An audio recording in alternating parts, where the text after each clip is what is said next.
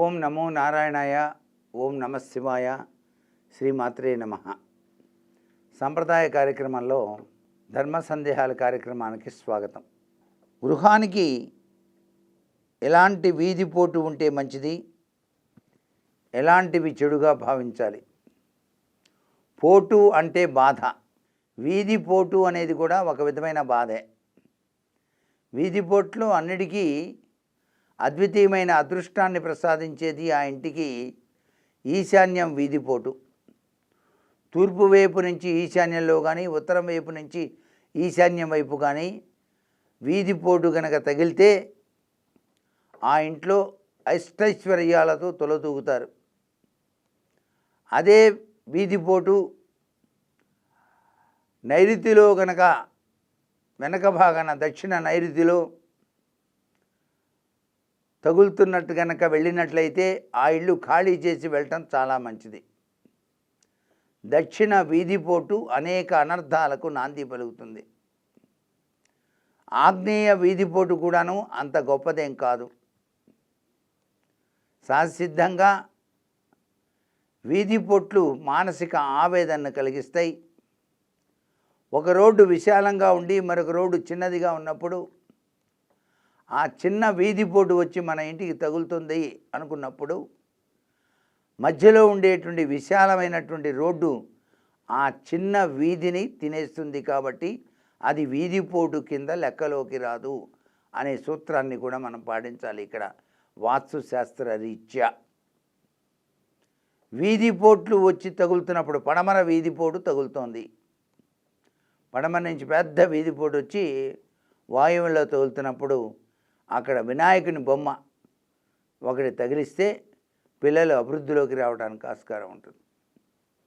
పిల్లల యొక్క అభివృద్ధికి ఆటంకం కలిగేది వాయువ్య దోషమే.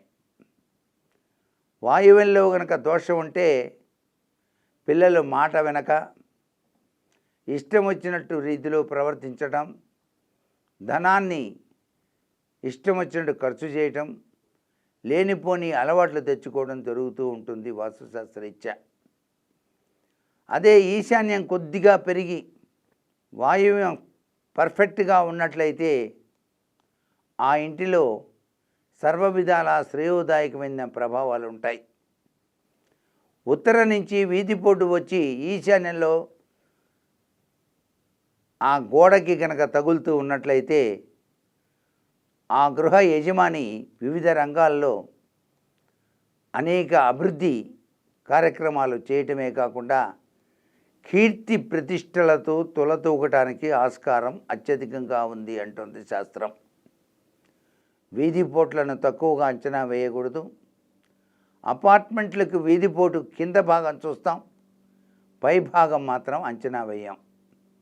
అపార్ట్మెంట్లో కింద వీధిపోటు ఆ కిందలో ఉన్నటువంటి భాగం ఆ నివసించేటువంటి వారికే పనిచేస్తుంది.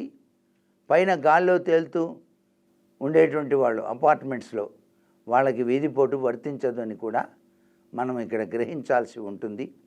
ఏది ఏమైనప్పటికీ ఎటు నుంచి వీధిపోటు వస్తుందో చాలా జాగ్రత్తగా గమనించి దాని రీత్యా మీరు గృహాన్ని ఎంపిక చేసుకొని దానిలో సుసంపన్నమైనటువంటి జీవితాన్ని గడపాల్సిన పరిస్థితి ఎంతైనా ఉంటుంది సుమా అనే విషయాన్ని ఇక్కడ గ్రహించండి. అనేక రకాల ఇబ్బందులు పడుతూ అదే గృహంలో ఉండి బాధపడే కన్నా గృహాన్ని ఖాళీ చేసి మరొక చోటికి వెళ్ళిపోవటం ఉత్తమంగా భావించాల్సి ఉంటుంది.